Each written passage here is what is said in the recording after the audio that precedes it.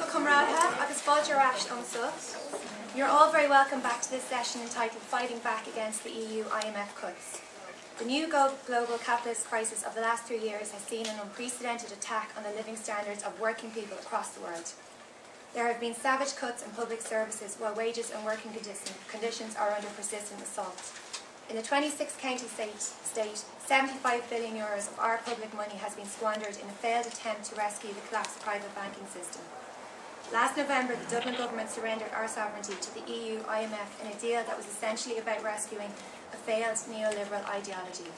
The deal will heap the burden of that huge private debt onto the shoulders of the working people, while simultaneously imposing savage cuts to public spending, driving wages down, introducing additional charges for basic public services such as education and health, and privatising public assets, as it actually enhances the ability of private corporations to accumulate further wealth.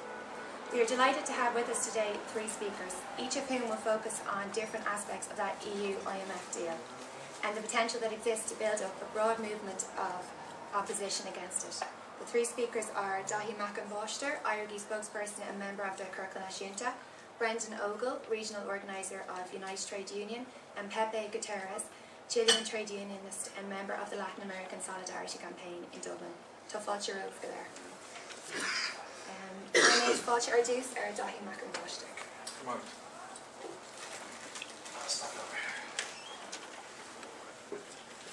Okay, hello everybody, friends and comrades.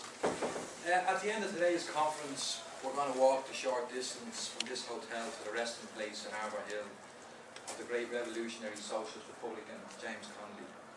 We do so not out of any morbid desire to idealise the past, but rather to take inspiration from his example and to reaffirm our commitment to the struggle to realise the objectives that Connolly and the volunteers of the Irish Citizen Army fought and died for in that momentous historical uprising that was Easter Week 1916. It is in this spirit that we socialists and republicans are gathered here today. We are gathered here because we seek, and are committed to finding, answers to the most pressing questions that face us as a society today. And I do hope that after Pepe and Brendan have made their contributions that we get a chance to discuss that. I know we are somewhat pushed for time, but this is what we're here to do, to discuss these issues amongst ourselves. That's more important than anything. It is what we're really here for. With that in mind, I certainly would like to take the opportunity to thank members of other political organisations and non-aligned individuals, trade unionists, etc. who have come here. It's from these types of discussions that we will find these answers. As politically motivated people, we must find common answers to the questions that face us as a society. If, as Connolly himself stated in his day, we are not merely to reenact the sad old tragedies of our past history. We must, as he said, show ourselves capable of rising to the exigencies of the moment. We must demonstrate to the people of Ireland that we are capable of formulating a distinct and definite answers to the problems of the present, and a political and economic creed capable of adjustment to the wants of the future. For our part, we in Éirígí are confident that a good start has been made with regard both to the primary task of rebuilding a revolutionary movement for socialism in Ireland, and that of beginning to articulate a coherent alternative to the failed neoliberal economic model that people can relate to and actively support. The work that has been done notwithstanding, we should be under no illusion as to the enormity of the tasks we face. It is no exaggeration to state that we are at a critical juncture in Irish and world history. The pretense that the people are sovereign has been exposed once and for all for the lie that it really is. In this type of society, it is of course the markets and the financial institutions that are all powerful and sovereign. The arrival of the IMF and the imposition of its Memorandum of Understanding, so-called, clearly demonstrates this fact. The theme of this session relates to how we might fight back against these cuts and the whole range of other punitive measures that are being inflicted upon working people. Personally speaking, I believe before we can fight back in any concerted way, I do think that it's first necessary for us to understand the nature exactly of what it is we're supposed to be fighting back against. It's only then that we'll know the measures and strategies and how to build the appropriate resistance to that. Well, let me speak frankly and cut to the chase here. While I may leave myself open to the charge by some of political naivety and of being unrealistic, and I definitely have heard that said about me in the past, it is a fact nonetheless that I do believe in the truth of Marx's maxim, that ultimately every social reform must remain a utopia until the proletarian revolution and the capitalist counter-revolution have been pitted against each other in a worldwide war. That might seem for some people to be very removed from where we are, and indeed we can debate how we go from here to there, but I'm under no doubt as to the fact that if we're to resolve the problems that we face as a society, then we need to end that connection with capitalism, break that connection. I believe that anything other than a complete revolution in the way this system is organised economically and politically to be insufficient in terms of redressing once and for all the unjust social and living conditions that working people are forced to endure. History has shown us this. The reforms of the past are being undone as we speak. Limited as they were, are being undone as we speak. And this is of course because they're untenable according to the logic of capitalism. By any objective estimation, capitalism as a system has failed the vast majority of people who live and work under the conditions it lays down. It always has, and it always will. Capitalism has failed the test, whether it be economically, politically, socially, and indeed, of course, morally. The facts speak for themselves, and we're all too aware today of the reality of capitalism. Capitalism has failed according to its own supposed logic of free competition and the market being great regulators. This is what we hear time and time again, that the market resolves all. These principles were supposedly what would ensure a system where all boats would be lifted by the rising tide.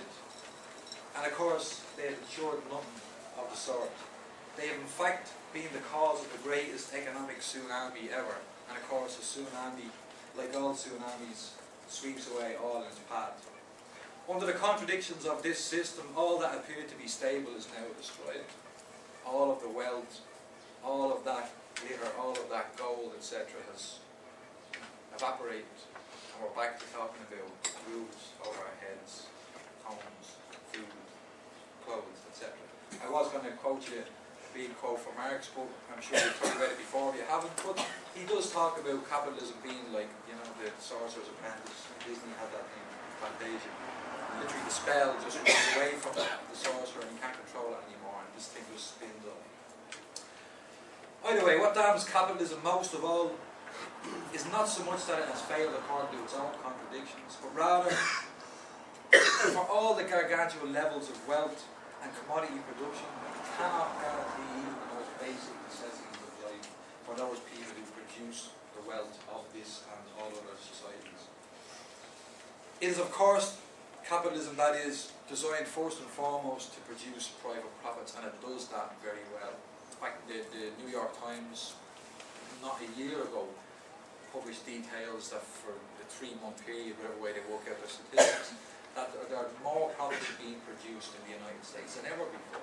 That's what happens in periods of economic crisis under capitalism. It's not that we're broke. We get squeezed a little bit more to maintain those margins better. Political circumstances are right your way, that squeezes us a little bit more even further. That's the true nature of the beast that we're dealing with. The relative advances made by workers under periods of capitalist boom are in the final analysis exposed in periods of bust for the fleeting and elusive things that they are in reality. We're back again thinking, talking and worrying about the most basic things. People who've worked 10, 20, 30, 40, 50 years of our lives to be still worrying about these things for them and their own children.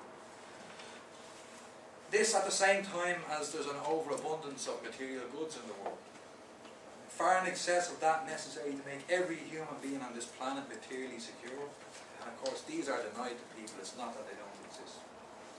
Capitalism cannot guarantee sustainable employment because again human beings are dispensed with when they have made enough profit. And again, without reading heavy economic theory, just go and read Robert Tressel's, some of you probably have, The Ragged Trouser Philanthropist. Go onto YouTube and look at there's a version of it done there, The Great Money Trick, you know. Show somebody the great money trick with €3 coins, 3 slices of bread and 3 knives. Show them how they're exploited in their workplace.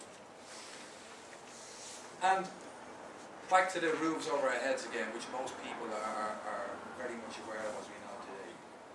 Housing is a commodity subject to the vagaries of the market. Houses go empty or even destroyed in periods of overproduction of housing. People are taken from their homes, put onto the street, and then they go in and destroy the person's home. It's more to the person who owns it that it be destroyed. So as I've said, for me it's a simple fact that the solutions to the economic problems we face as a society cannot be found within the confines of capitalism. The solutions to the problem we face will certainly never come from any crony, gone-being capitalist in Leinster House or from the masters in the IMF or EU Commission or EU Central Bank. Governments and their financial institutions in capitalist societies are, after all, as Connolly himself said, merely committees administering the affairs of the upper class. These politicians and bureaucrats in Leinster House, the IMF, the EU, etc. represent the interests of those who will never know what it is to try and live on a worker's wage, or to be unemployed, or to be in need of decent, affordable, sustainable social service provision. They live in another world, even though they live in the same cities as us. They live in another world. These are things that they make decisions with regard to that don't affect them in any way. They represent the interests of the elite and the elite alone. And this elite has served them and their fellow travellers very well. Those that defend capitalism today certainly cannot do so anymore because of a supposed belief in the ability of individual ambition and competition to serve the common good. Again, these mantras of capitalism. No one could really actually believe that anymore today. And I do firmly believe that more and more people realise that to be the lie that it is. Again, when they're worrying about feed their children, or when they're going to get some shoes, or leave when the bank comes asking for their keys of their house back. Those that defend capitalism today can no longer do so owing to a belief in this invisible hand of the market. Does anyone really believe anymore that markets are anything other than destroyers of whole communities and of the livelihoods of the people and the economies that these people are comprised of? Comrades, the time has come for working people to stand up and fight for a better society. We will have to fight because the coming fight is inevitable. We have no choice. Ultimately, we'll have to choose which side we are on. And this is where the scope comes for us to get amongst the masses, the people, whatever term you want to use, your neighbours, your friends, and to put these points to them, because a point will come where they will have to choose sides. They will have to choose sides. When somebody's knocking on your door and asking for the keys of your house, or when you really are back at that point of wondering where you're going to get your basic needs from.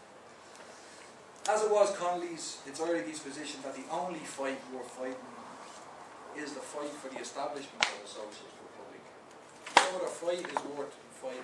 That is not, of course, to dismiss the struggle for reform. The struggle for reform, to our mind, to my mind, is more to do with politicise and educate and help people win small battles, to show them that they can be successful in the bigger battle. Still is my position that these reforms are fleeting, and ultimately, when the system needs these reforms, can be undone. Again, we're seeing that as we speak. To those of you who have yet to commit fully to the struggle for socialism and against the barbarism of capitalism, I implore you to join with us in that coming inevitable fight. And I implore you to talk to your neighbours and friends and to pitch all of this stuff in a way that they can understand, they can get. That's how we will manage to fight back. We may think we are few, but we are not. We are the many. It is the gangster capitalist class that is few. Not a wheel turns or a switch is flicked without the power of the working class. It is high time we harness this power and use it to secure and defend our interests. Either that, or we resign and accustom ourselves to a life where it is the diktats of the free market and the booms, bubbles and busts of capitalism and not the people that are sovereign. Capitalism, whether it be branded IMF, EU or brought to you by the political elite of this country, is not fit for purpose. It is a fetter on human development and it needs to be overthrown. There is no other explanation, there is no other way.